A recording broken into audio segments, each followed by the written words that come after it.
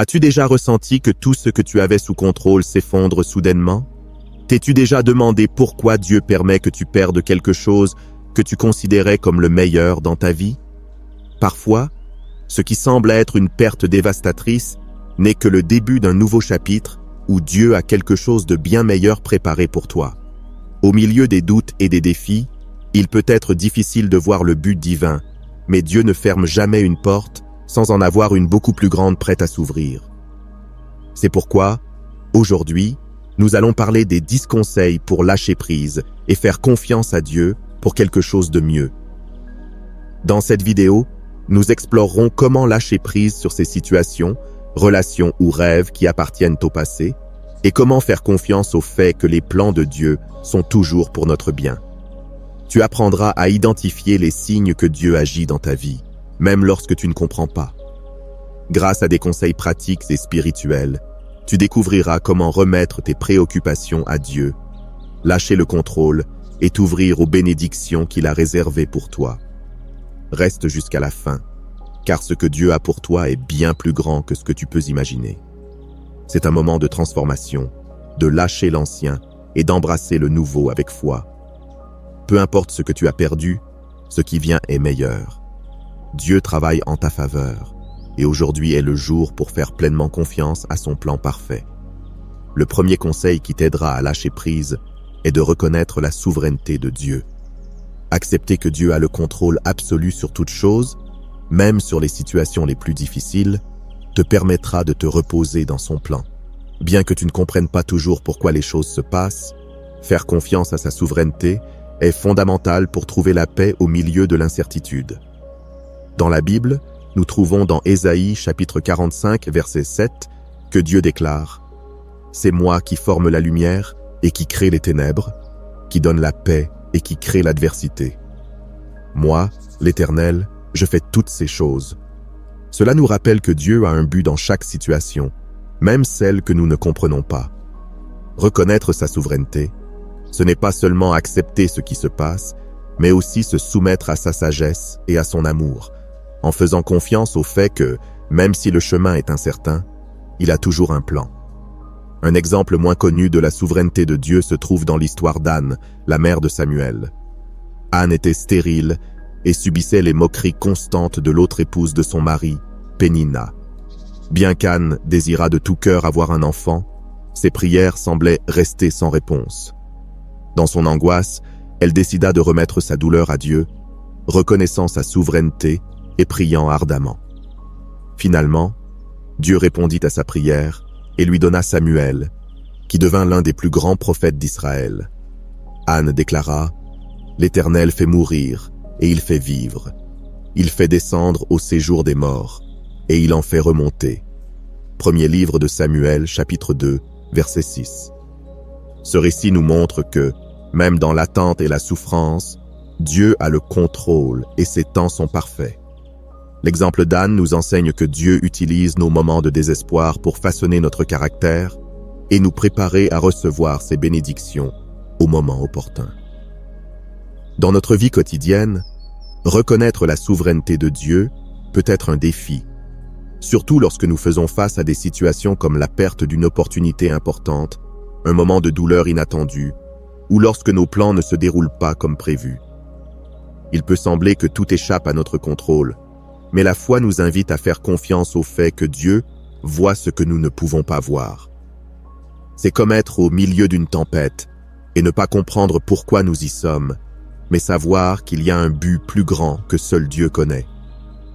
Souvent, dans ces moments-là, c'est là que nous apprenons à dépendre davantage de lui et moins de nos propres forces.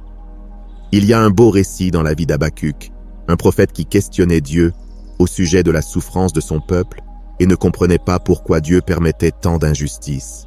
Cependant, dans son dialogue avec Dieu, Habacuc apprend à faire confiance à son plan souverain et déclare « Même si le figuier ne fleurit pas, si la vigne ne donne pas de fruits, même si le produit de l'olivier manque et que les champs ne donnent pas de nourriture, même si les brebis disparaissent du bercail et qu'il n'y a pas de bétail dans les étables, malgré tout, je me réjouirai en l'Éternel, je me réjouirai dans le Dieu de mon salut. » Habacuc chapitre 3, versets 17 et 18. Ce passage est un exemple puissant de la manière dont, malgré les circonstances adverses, nous pouvons trouver la joie et la paix en reconnaissant la souveraineté de Dieu. Une autre situation quotidienne où nous pouvons voir la souveraineté de Dieu est dans les changements inattendus, comme la perte d'un emploi qui semblait sûr ou la fin d'une relation significative. Dans ces moments, il est naturel de se sentir démuni, mais c'est précisément là que Dieu nous appelle à nous abandonner et à lui faire confiance. Souvent, Dieu ferme des portes pour en ouvrir d'autres, meilleures, que nous n'aurions jamais imaginées. Avec le temps, beaucoup de personnes réalisent comment ces moments de perte ont été nécessaires pour les mener à un lieu de plus grande croissance et de bénédiction. Comme un père aimant qui guide son enfant sur un chemin sûr, même si l'enfant ne le comprend pas à l'instant, Dieu nous guide par des chemins qui semblent parfois difficiles, mais qui ont toujours un but divin. Reconnaître la souveraineté de Dieu ne signifie pas que nous comprendrons toujours ses voies, mais cela nous assure que nous pouvons nous reposer dans son amour et sa sagesse. C'est un acte de foi et d'humilité qui nous permet de lâcher prise et de dire « Dieu, je te fais confiance, même dans ce que je ne peux pas comprendre. » Cela transforme notre perspective et nous donne la force de continuer avec espoir, sachant que le Dieu qui soutient l'univers soutient aussi notre vie entre ses mains. Le deuxième conseil est de prier en demandant la force de lâcher prise. La prière te connecte directement à Dieu et te donne l'opportunité de lui remettre tous tes fardeaux. Demande à Dieu de t'aider à lâcher ce que tu ne peux contrôler et de te remplir de sa paix et de sa direction. La prière ne change pas seulement les circonstances, mais elle change aussi ton cœur. Dans la Bible, Jésus lui-même nous invite à venir à lui quand nous sommes accablés.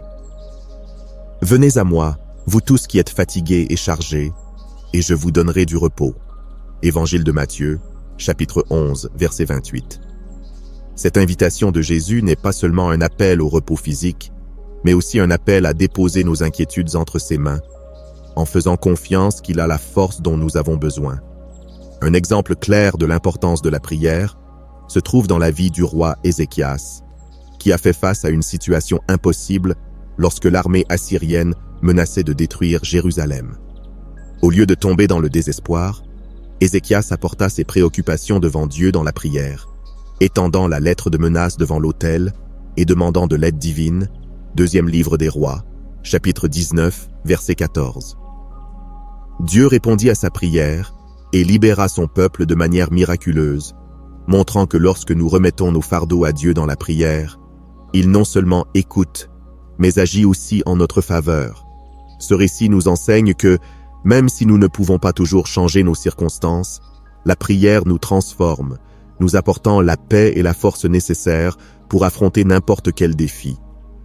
Dans notre vie quotidienne, la prière est cette ressource constante que nous avons pour lâcher ce qui nous pèse. Lorsque nous faisons face à des situations telles que la perte d'un être cher, l'anxiété concernant l'avenir ou des conflits personnels, il est facile de se sentir accablé par un fardeau trop lourd à porter seul. Cependant, en priant, nous pouvons tout remettre à Dieu et faire confiance au fait qu'il nous soutient. La prière ne nécessite pas de mots parfaits, seulement un cœur sincère qui s'ouvre à Dieu. Même dans les moments où nous ne savons pas quoi dire, la Bible nous assure que le Saint-Esprit intercède pour nous par des soupirs inexprimables. Lettre aux Romains, chapitre 8, verset 26.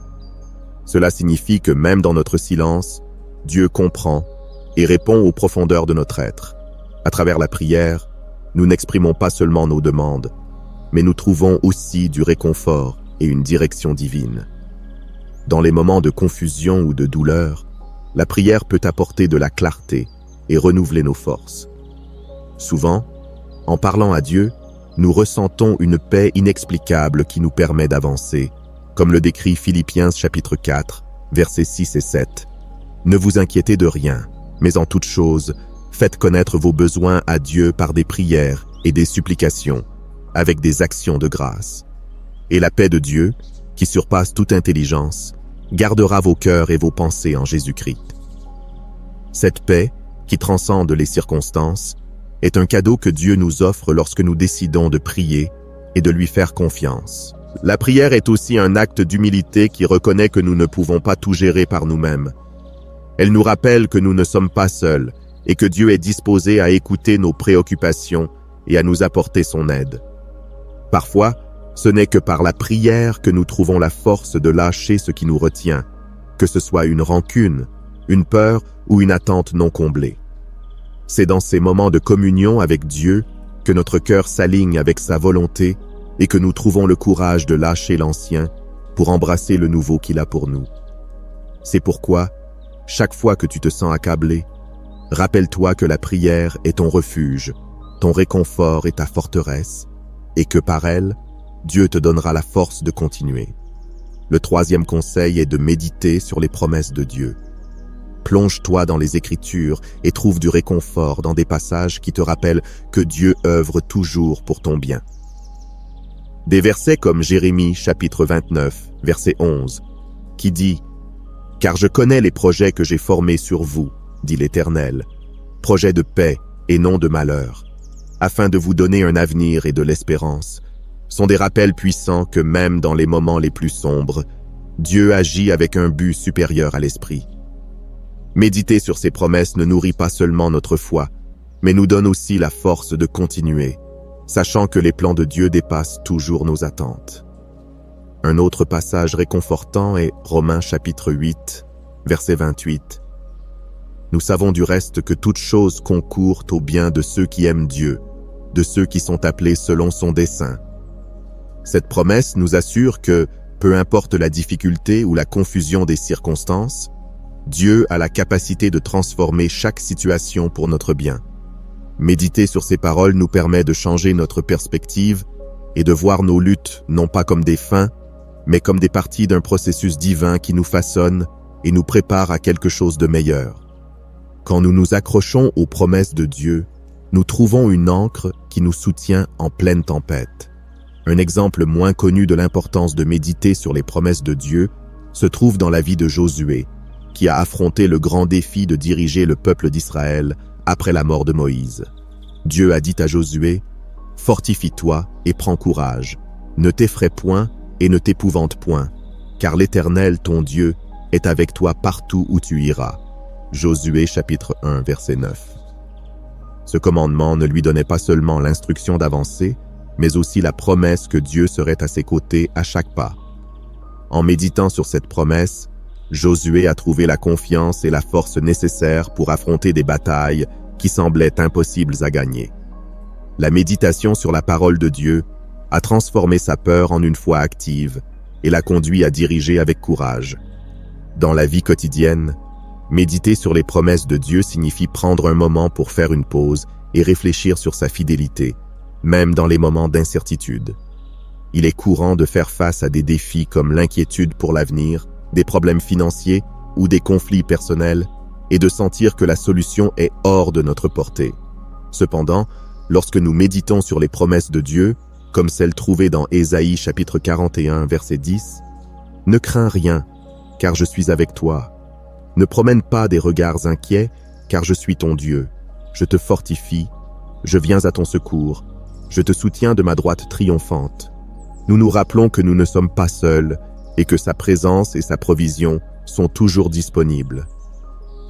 Méditer sur les Écritures ne consiste pas seulement à lire, mais à internaliser les vérités de Dieu et à permettre que ces vérités transforment notre manière de penser et de voir nos circonstances. C'est comme un baume pour l'âme qui nous rappelle que, aussi grands que soient nos problèmes, Dieu est encore plus grand. Cela nous aide à maintenir l'espoir vivant, sachant que sa parole ne revient jamais vide et que ses promesses sont fermes et sûres. Lorsque nous prenons le temps de méditer sur les promesses de Dieu, nous permettons à sa voix de devenir plus forte que nos doutes et nos peurs, et nous trouvons la paix et la sécurité que lui seul peut offrir. En outre, méditer sur les promesses de Dieu nous connecte à son caractère et nous rappelle sa fidélité à travers l'histoire. Depuis les patriarches comme Abraham, à qui Dieu a promis de faire de lui une grande nation malgré son âge avancé, jusqu'aux prophètes qui se sont accrochés aux promesses de restauration en temps d'exil, les Écritures sont remplies d'exemples, montrant comment Dieu accomplit ce qu'il promet. Cette méditation nous invite à faire confiance, non seulement à ce que Dieu dit, mais à qui il est, un Dieu bon, fidèle et capable de transformer n'importe quelle situation pour notre bien. C'est pourquoi, prends le temps de plonger dans la parole et laisse les promesses de Dieu renouveler ton esprit et fortifier ton esprit à chaque étape du chemin. Le 4e conseil est de se souvenir des moments où Dieu a été fidèle dans le passé. Réfléchis à ces moments où tu pensais qu'il n'y avait pas de solution, et Dieu t'a surpris par sa provision et sa direction. Sa fidélité passée est une garantie qu'il continuera à être fidèle aujourd'hui et demain. Cette réflexion est essentielle car elle nous aide à renforcer notre foi et notre confiance en Dieu, surtout lorsque nous faisons face à de nouvelles difficultés. Dans le livre des Lamentations, chapitre 3, versets 22 et 23, il nous est rappelé « Les bontés de l'Éternel ne sont pas épuisées, ses compassions ne sont pas à leur terme. Elles se renouvellent chaque matin. Oh, que ta fidélité est grande !» Cette écriture nous invite à regarder en arrière et à voir la main de Dieu œuvrant dans nos vies, même dans les moments où tout semblait perdu. Un exemple clair de ce souvenir de la fidélité de Dieu se trouve dans l'histoire du roi David. Avant de devenir roi, David a affronté de nombreux défis, de son combat contre le géant Goliath à sa fuite pour échapper à la persécution du roi Saül. Dans chacune de ces épreuves, David a expérimenté la fidélité de Dieu. Lorsqu'il s'est retrouvé face à Goliath, il s'est souvenu de la manière dont Dieu l'avait délivré de l'ours et du lion lorsqu'il gardait les brebis de son père, et cela lui a donné la confiance nécessaire pour affronter le géant sans peur. David dit « L'Éternel, qui m'a délivré de la griffe du lion et de la patte de l'ours, me délivrera aussi de la main de ce Philistin. » Premier livre de Samuel, chapitre 17, verset 37. Cette confiance dans la fidélité passée de Dieu l'a renforcé pour affronter le présent et aller de l'avant avec courage. Dans la vie quotidienne, il est facile d'oublier les bénédictions passées lorsque nous sommes accablés par les problèmes actuels. Cependant, se rappeler comment Dieu nous a guidés et pourvus dans le passé peut être une source de réconfort et d'espoir. Peut-être as-tu vécu une guérison d'une maladie, une provision en temps de besoin financier ou la réconciliation d'une relation brisée. Ces témoignages de la fidélité de Dieu ne sont pas de simples souvenirs. Ils sont des pierres angulaires qui fortifient notre foi et nous aident à faire confiance au fait que Dieu reste le même aujourd'hui. Chaque fois que Dieu a répondu à une prière, ouvert une porte ou apporté du réconfort dans un moment de douleur, il a montré sa fidélité et nous a donné des raisons de continuer à lui faire confiance. La Bible nous encourage également à nous rappeler les œuvres de Dieu comme une façon de nourrir notre foi. Dans le psaume 103, verset 2, il est écrit « Mon âme bénit l'Éternel et n'oublie aucun de ses bienfaits. » Cet appel à se souvenir est une invitation à ne pas permettre aux préoccupations actuelles de voiler notre vision de ce que Dieu a déjà fait. Tout au long des Écritures, nous voyons comment le peuple d'Israël a été constamment appelé à se souvenir des actes de Dieu, tels que la libération d'Égypte et la traversée de la mer Rouge. Ces événements ont été rappelés de génération en génération, comme témoignage que Dieu est fidèle et accomplit ses promesses. Dans les moments de crise, il est courant de se focaliser sur ce qui manque ou sur ce qui ne fonctionne pas, mais se souvenir de la fidélité de Dieu nous ramène à la perspective correcte. Cela nous rappelle que, même si la situation actuelle semble sombre, Dieu a été avec nous par le passé et le sera encore. C'est comme regarder en arrière sur un voyage et voir toutes les fois où il y a eu un détour, mais où tu es toujours arrivé à destination en sécurité. Se souvenir de la fidélité de Dieu dans le passé nous donne l'assurance que, quelles que soient les épreuves que nous traversons maintenant, sa présence et son aide ne failliront pas. C'est un exercice de foi qui nous invite à faire confiance au caractère immuable de Dieu, qui a promis de ne jamais nous abandonner ni nous délaisser. Alors, chaque fois que tu te sens tenté de douter, arrête-toi et souviens-toi de la manière dont Dieu a été fidèle. Écris ces moments si nécessaires, partage-les avec d'autres, et laisse ces témoignages être un rappel constant que le Dieu qui a été fidèle hier est le même qui est avec toi aujourd'hui et te guidera demain. Le cinquième conseil est d'éviter de te comparer aux autres.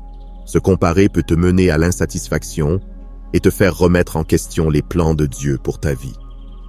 Rappelle-toi que le chemin de chacun est unique et que ce que Dieu a pour toi ne ressemble pas à ce qu'il a pour les autres. Aie confiance que ce qu'il a réservé pour toi est exactement ce dont tu as besoin. Dans un monde où nous voyons constamment les succès et le bonheur apparent des autres, il est facile de tomber dans le piège de la comparaison. Cependant, la Bible nous enseigne que chacun a un but spécifique. Dans l'évangile de Jean, chapitre 21, verset 22, Jésus dit à Pierre, « Si je veux qu'il demeure jusqu'à ce que je vienne, que t'importe? Toi, suis-moi. » Cette réponse de Jésus à Pierre, qui avait demandé ce qu'il adviendrait de Jean, nous rappelle que nous devons nous concentrer sur notre propre appel et non sur ce que les autres font ou reçoivent. Dans la vie de Saül et David, nous voyons également les conséquences négatives de la comparaison. Saül, en entendant le peuple louer les victoires de David, a commencé à être rempli de jalousie et de ressentiment. Au lieu de se réjouir des succès de David, Saül a permis à la comparaison de détruire sa paix et de l'éloigner de son propre but. Cette histoire nous enseigne que, lorsque nous regardons ce que les autres ont ou font, nous risquons de perdre de vue ce que Dieu fait dans nos vies et de commencer à remettre en question notre propre valeur et notre propre objectif. Dans la vie quotidienne, il est facile de se sentir à la traîne ou de penser que les autres réalisent des choses qui semblent inaccessibles pour nous. Les réseaux sociaux, par exemple, ne montrent que les moments les plus brillants de la vie des autres, ce qui peut rendre nos propres luttes encore plus lourdes.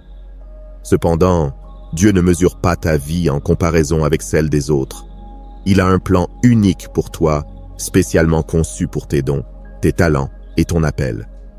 Dans la lettre aux Galates, chapitre 6, verset 4, Paul nous exhorte que chacun examine ses propres œuvres, et alors il aura de quoi se glorifier pour lui seul, et non par comparaison avec autrui. Ce verset nous encourage à nous concentrer sur notre propre chemin et à trouver de la satisfaction dans ce que Dieu fait spécifiquement dans nos vies. Il est important de se rappeler que Dieu nous connaît en profondeur et sait ce dont nous avons besoin à chaque étape de notre vie. Parfois, ce qui semble être un retard est en réalité la préparation parfaite pour ce qui est à venir. Pense à la vie de Joseph, qui a passé des années en prison avant d'être élevé à une position de pouvoir en Égypte. Pendant ces années, il aurait pu comparer sa situation à celle de ses frères, qui vivaient confortablement, et se sentir abandonnés par Dieu. Cependant, Joseph a fait confiance au processus unique que Dieu orchestrait pour lui. Dans Genèse chapitre 50, verset 20, Joseph reconnaît la main de Dieu dans tout ce qu'il avait vécu en disant « Vous aviez médité de me faire du mal. Dieu l'a changé en bien. » Cette perspective nous enseigne que ce que Dieu a pour chacun de nous est différent, mais c'est toujours bon et parfait en son temps. Lorsque nous nous comparons, nous risquons aussi de désirer ce que les autres possèdent, sans comprendre les luttes et les sacrifices qu'ils ont affrontés pour y parvenir. Dieu nous appelle à avoir confiance que son plan pour nous est le meilleur, même s'il diffère de celui des autres. Il connaît nos besoins et sait ce qui est le mieux pour notre croissance et notre développement spirituel. La comparaison non seulement vole notre joie, mais peut aussi nous faire perdre de vue les bénédictions que nous avons déjà. Chacun de nous est à un endroit spécifique pour une raison, et Dieu agit de manière que nous ne voyons pas toujours immédiatement. C'est pourquoi, au lieu de regarder ce que les autres ont ou font, concentre-toi sur ce que Dieu fait dans ta vie. Remercie pour chaque bénédiction, chaque leçon apprise et chaque occasion de grandir. Souviens-toi que le Dieu qui t'a créé l'a fait avec un but précis et son plan pour toi est unique et irrépétible. Fais confiance à ce qu'il a réservé pour toi est exactement ce dont tu as besoin et ne laisse pas la comparaison te détourner de ton vrai chemin. Le 6e conseil est de lâcher le contrôle et de remettre tes plans à Dieu. Souvent, nous essayons de nous accrocher à nos propres plans et attentes, mais cela peut nous empêcher de voir ce que Dieu est en train de faire. Remets-lui tes objectifs, tes rêves et tes décisions, et fais confiance au fait qu'il te guidera sur le meilleur chemin, même si ce n'est pas celui que tu avais imaginé. La vie est pleine d'incertitudes, et notre nature humaine nous pousse à vouloir contrôler chaque aspect de notre avenir.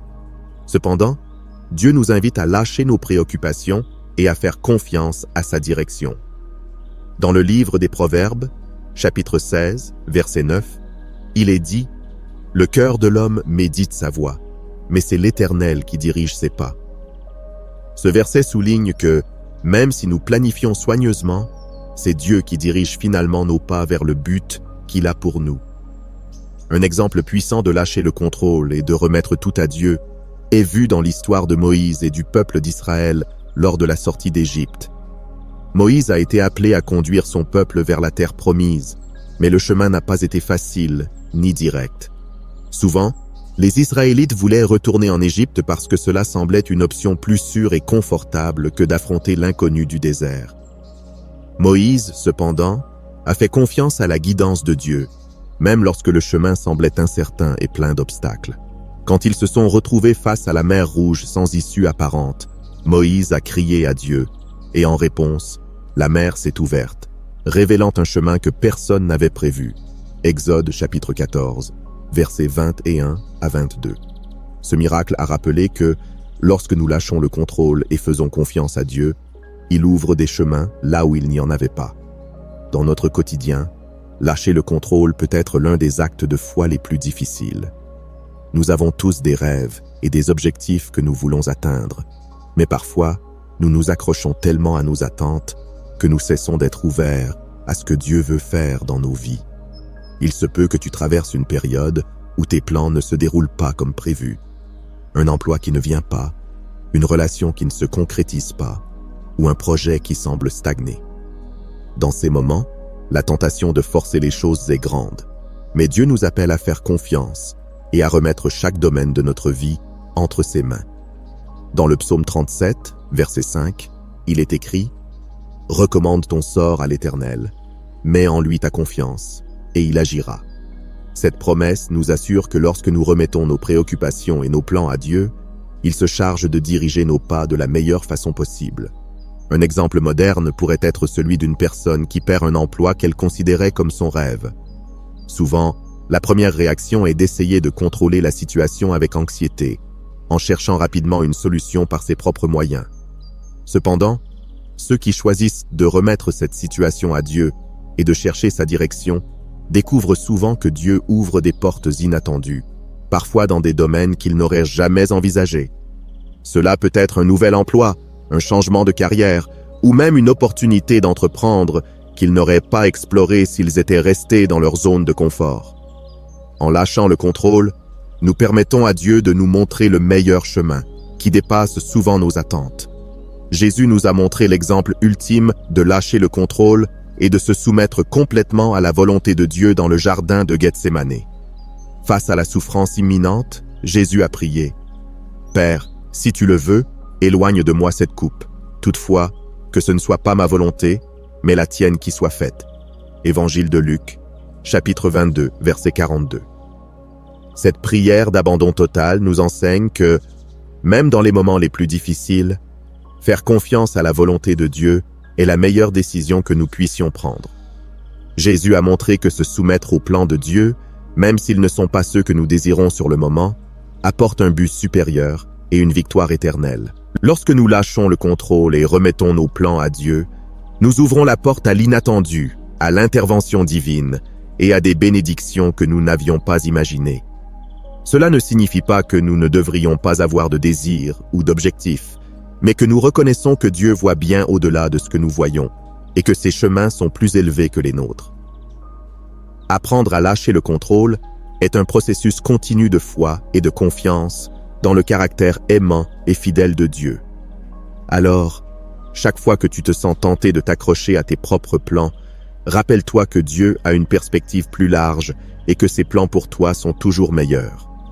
Fais-lui confiance pour te guider sur le chemin parfait, même s'il est différent de celui que tu avais tracé. Le 7e conseil est de chercher un soutien spirituel ou de l'aide auprès de ta communauté de foi. Parler avec un mentor spirituel, un pasteur ou une personne de confiance dans ton église peut t'apporter la perspective dont tu as besoin. Ils peuvent prier avec toi, t'offrir des conseils avisés et te rappeler les promesses de Dieu quand tu en as le plus besoin. Parfois, Nos luttes personnelles peuvent sembler écrasantes et solitaires, et c'est dans ces moments que le soutien de notre communauté de foi devient inestimable. La Bible nous encourage à ne pas marcher seul, comme il est dit dans Proverbes, chapitre 11, verset 14. Quand la prudence fait défaut, le peuple tombe, et le salut est dans le grand nombre des conseillers. Cela montre que Dieu a conçu la vie chrétienne pour être vécue en communauté, où nous pouvons trouver sécurité et direction à travers d'autres croyants.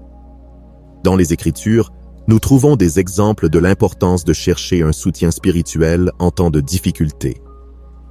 Moïse, l'un des leaders les plus reconnus dans la Bible, a eu besoin du soutien d'Aaron et de Hur lors d'une bataille cruciale contre les Amalécites. Tant que Moïse gardait ses mains levées en prière, Israël l'emportait. Mais lorsqu'il se fatiguait, ses mains retombaient et l'ennemi gagnait du terrain.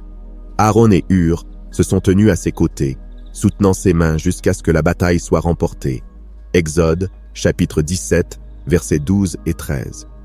Cet acte symbolique nous enseigne que même les plus forts ont besoin de soutien et que l'aide des autres peut être cruciale pour notre victoire spirituelle. Dans la vie courante, chercher un soutien spirituel peut être un acte d'humilité qui nous aide à voir nos situations sous un angle différent. Parfois, nous sommes tellement immergés dans nos problèmes que nous perdons de vue les promesses et la direction de Dieu. Parler avec un mentor spirituel, comme un pasteur ou un leader de confiance, peut nous fournir le soutien et la sagesse nécessaires pour surmonter les moments difficiles. Beaucoup trouvent réconfort et guidance dans leur communauté de foi, où ils peuvent partager leur fardeau et recevoir des paroles d'encouragement basées sur la parole de Dieu. Dans Jacques, chapitre 5, verset 16, il est dit « Confessez donc vos péchés les uns aux autres et priez les uns pour les autres, afin que vous soyez guéris. La prière fervente du juste a une grande efficacité. » Cela nous rappelle qu'il ne s'agit pas seulement de recevoir des conseils, mais aussi de prier ensemble et de se soutenir mutuellement dans la foi. Le soutien spirituel nous connecte également au corps de Christ et nous rappelle que nous ne sommes pas seuls dans nos luttes. Dans les moments de faiblesse, il est facile de penser que personne ne comprend ce que nous traversons, mais la vérité est que beaucoup ont emprunté des chemins similaires et peuvent offrir réconfort et guidance. Dans le livre de l'Ecclésiaste, chapitre 4, versets 9 et 10, il est dit « Deux valent mieux qu'un, parce qu'ils retirent un bon salaire de leur travail. Car s'ils tombent, l'un relève son compagnon. Mais malheur à celui qui est seul et qui tombe sans avoir un second pour le relever. » Ce passage souligne l'importance de ne pas marcher seul et de permettre aux autres de nous relever quand nous en avons besoin. Dans la pratique, chercher un soutien spirituel peut signifier assister à des groupes de prière, des études bibliques ou avoir des conversations ouvertes et honnêtes avec des personnes de foi.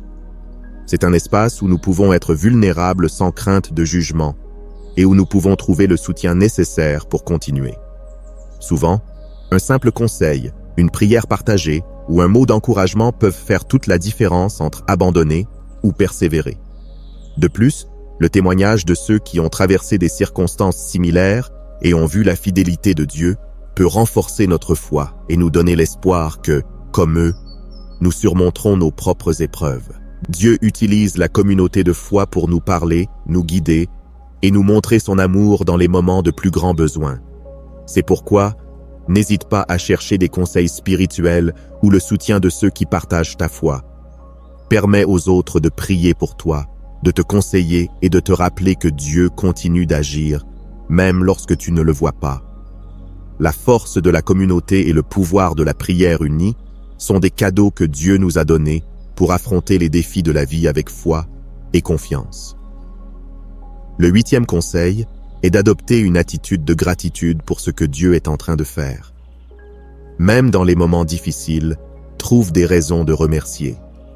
La gratitude change ton point de vue et t'aide à reconnaître que Dieu continue d'œuvrer dans ta vie, même si tu ne vois pas encore le tableau complet.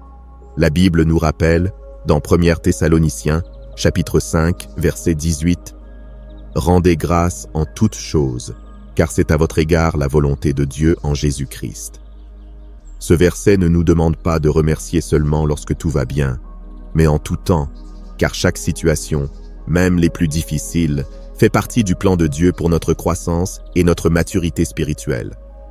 Un exemple puissant de gratitude en plein milieu de l'adversité se trouve dans la vie de Job. Job a tout perdu, sa famille, sa santé et ses possessions. Cependant, au lieu de maudire Dieu, Job a gardé une attitude de révérence et de gratitude, en disant « L'Éternel a donné, et l'Éternel a ôté, que le nom de l'Éternel soit béni. » Job chapitre 1 verset 21. Bien que Job ne comprenne pas pourquoi il souffre, il reconnaît que Dieu demeure digne de louange. Son attitude de gratitude au milieu de la douleur a non seulement renforcé sa foi, mais lui a aussi permis de voir la restauration et les bénédictions que Dieu lui réservait à la fin de son épreuve. Dans la vie de tous les jours, il est facile de se concentrer sur ce que nous n'avons pas ou sur les difficultés que nous rencontrons. Cependant, la gratitude nous invite à changer notre perspective et à chercher le bon même dans les situations les plus compliquées. Cela peut être aussi simple que de remercier pour la santé, pour un jour de plus, pour le soutien d'un ami, ou même pour les petites choses que nous tenons pour acquises, comme un toit au-dessus de nos têtes ou notre nourriture quotidienne. La gratitude ne nie pas les problèmes, mais nous aide à voir les bénédictions qui sont présentes malgré eux. Dans Philippiens, chapitre 4, verset 6, Paul nous encourage à présenter nos demandes à Dieu avec action de grâce, sachant que la gratitude ouvre nos cœurs pour recevoir sa paix. La science a également démontré que la gratitude a des effets positifs sur notre santé mentale et émotionnelle. Des études ont montré que les personnes qui pratiquent régulièrement la gratitude ont des niveaux de bonheur plus élevés et moins de symptômes de dépression. Quand nous remercions, notre focalisation se déplace de ce qui nous manque à ce que nous possédons déjà, nous remplissant d'un sentiment de plénitude et de satisfaction. Dans la Bible, un exemple clair de cela se trouve dans l'histoire des 10 lépreux guéris par Jésus. Un seul d'entre eux, se voyant guéri, revint sur ses pas pour remercier Jésus. Évangile de Luc, chapitre 17, versets 15 à 19. Jésus non seulement reconnut sa gratitude, mais le bénit davantage encore pour son attitude reconnaissante. Adopter une attitude de gratitude nous aide aussi à nous rappeler que Dieu est présent et agit, même lorsque les choses ne se déroulent pas comme nous l'avions espéré. Plutôt que de voir les problèmes comme des obstacles, nous pouvons les percevoir comme des opportunités de grandir, d'apprendre et de vivre la fidélité de Dieu d'une manière nouvelle. Dans le livre d'Habacuc, chapitre 3, versets 17 et 18, le prophète déclare « Car le figuier ne fleurira pas, la vigne ne produira rien. Malgré tout, je me réjouirai en l'Éternel, je me réjouirai dans le Dieu de mon salut. » Cette déclaration de gratitude en pleine pénurie nous enseigne qu'il y a toujours des raisons de remercier, car notre espoir ne repose pas dans les circonstances, mais dans le Dieu qui les gouverne. La gratitude nous maintient connectés à Dieu et nous aide à voir sa main dans chaque détail de notre vie. En remerciant, nous nous rappelons que nous ne sommes pas seuls et que Dieu continue d'écrire notre histoire, même dans les chapitres les plus sombres. Lorsque nous adoptons cette attitude, notre cœur se remplit de paix et notre foi se fortifie, car nous savons que, quoi qu'il arrive, Dieu est avec nous et son amour ne faillit jamais. Alors, dans chaque situation, grande ou petite, cherche une raison de remercier. Tu verras comment ta perspective change et comment ton cœur se remplit d'espoir et de joie en reconnaissant que Dieu continue d'agir, même lorsque tu ne vois pas encore l'ensemble du tableau. Le 9e conseil est de faire confiance au timing parfait de Dieu. Dieu n'a pas seulement un plan parfait, mais aussi un temps parfait pour l'accomplir. Même si parfois tu sens que les choses n'avancent pas ou que tes prières ne sont pas exaucées, rappelle-toi que son timing est toujours le bon et qu'il ne se trompe jamais. Dans notre impatience humaine, il est facile de se décourager lorsque les réponses n'arrivent pas au moment où nous les attendons. Cependant, Dieu agit dans un temps qui dépasse notre compréhension, et chaque retard apparent a un but divin. Dans Ecclésiaste, chapitre 3, verset 1, il est dit « Il y a un temps pour tout, un temps pour toutes choses sous les cieux. » Ce verset nous invite à faire confiance au fait que chaque étape de notre vie est sous le contrôle de Dieu et qu'il sait exactement quand chaque chose doit se produire. Un exemple clair de l'importance de faire confiance au timing de Dieu se trouve dans la vie d'Abraham et de Sarah. Dieu leur avait promis un fils, mais cette promesse ne s'est pas accomplie immédiatement. Les années passèrent, et dans leur désespoir, ils tentèrent de précipiter le plan de Dieu par le biais de Agar, ce qui entraîna des complications et des conflits familiaux. Cependant, quand tout semblait humainement impossible, Dieu accomplit sa promesse et leur donna Isaac en son temps parfait. Genèse, chapitre 21, verset 2. Cette histoire nous enseigne que, même si les retards peuvent nous faire douter, l'accomplissement du timing de Dieu apporte des bénédictions qui surpassent nos attentes et confirment que ses promesses ne faiblissent jamais. Dans notre vie quotidienne, faire confiance au timing de Dieu peut être l'un des plus grands défis. Que ce soit en attendant un emploi, une réponse médicale, la restauration d'une relation ou toute autre situation, l'attente peut sembler interminable. Pourtant, pendant ces périodes, Dieu travaille notre caractère, nous enseigne la patience et façonne notre foi. Dans la lettre aux Galates, chapitre 6, verset 9, Paul nous encourage « Ne nous lassons pas de faire le bien, car nous moissonnerons au temps convenable si nous ne nous relâchons pas. » Ce verset souligne que le timing de Dieu est comme le cycle du semis et de la récolte. Il nécessite de la patience, mais la récompense arrive au moment parfait. Un exemple moins connu de la confiance dans le timing de Dieu est celui d'Anne, la mère de Samuel. Anne a passé des années à souffrir de sa stérilité, et sa douleur l'a poussée à prier ardemment dans le temple. Même quand il semblait que Dieu tardait à répondre, Anne continua de prier et de faire confiance. Finalement, Dieu répondit à sa prière et lui donna Samuel, qui devint l'un des plus grands prophètes d'Israël. Anne reconnut que l'attente en valait la peine en disant « C'est pour cet enfant que je priais, et l'Éternel a exaucé la prière que je lui adressais. » Premier livre de Samuel, chapitre 1, verset 27. Ce témoignage nous montre que Dieu n'oublie pas nos prières, mais les exauce au moment exact qui apportera le plus de gloire à son nom et de bénédiction à nos vies. Dans les moments d'attente, il est crucial de se rappeler que Dieu s'intéresse davantage à notre croissance spirituelle qu'à nous donner des réponses rapides. L'attente n'est pas un signe que Dieu nous a oubliés, mais une opportunité de nous rapprocher de lui, de fortifier notre foi et de nous préparer pour ce qui est à venir. Souvent, ce que nous percevons comme un retard est en réalité la grâce de Dieu, qui nous protège ou ajuste tout pour que son plan se réalise de la meilleure façon possible. Dans Ésaïe, chapitre 60, verset 22, Dieu dit « Moi, l'Éternel, je hâterai ces choses en leur temps. » Cette promesse nous assure que Dieu sait non seulement quand agir, mais que lorsqu'il agit, tout s'aligne parfaitement. Faire confiance au timing de Dieu nous libère également du poids de l'anxiété et nous permet de vivre dans la paix et la confiance, sachant que nos vies sont entre de bonnes mains.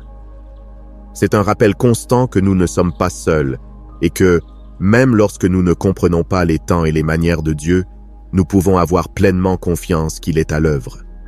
Alors, au lieu de t'inquiéter ou de te décourager, repose-toi dans la certitude que Dieu travaille en ta faveur, même dans les moments de silence apparent. Son timing est parfait, et quand le bon moment viendra, tout se réalisera de manière merveilleuse et bien au-delà de ce que tu aurais pu imaginer. Le 10e conseil est de garder ta foi active par l'action. Lâcher prise ne signifie pas rester immobile ou passif. Fais des pas de foi, même petits, dans la direction où Dieu t'appelle. Agis en fonction de ses promesses, en faisant confiance qu'il te guidera à chaque pas et que sa main sera avec toi à tout moment. La vraie foi s'accompagne toujours d'actions concrètes qui reflètent notre confiance en Dieu. Dans la lettre de Jacques, chapitre 2, verset 17, il est dit « Il en est ainsi de la foi. Si elle n'a pas d'œuvre, elle est morte en elle-même. » Ce verset souligne que la foi n'est pas simplement une croyance passive, mais une force qui nous pousse à agir, même lorsque nous n'avons pas toutes les réponses ou que le chemin n'est pas clair. Un exemple puissant de foi active se trouve dans l'histoire de Noé. Dieu lui a demandé de construire une arche pour sauver sa famille et les animaux du déluge, une demande qui semblait absurde à son époque, car il n'avait jamais plu de cette manière. Noé aurait pu rester paralysé par le doute ou l'incertitude, mais il a choisi d'obéir et de construire l'arche, faisant confiance aux paroles de Dieu.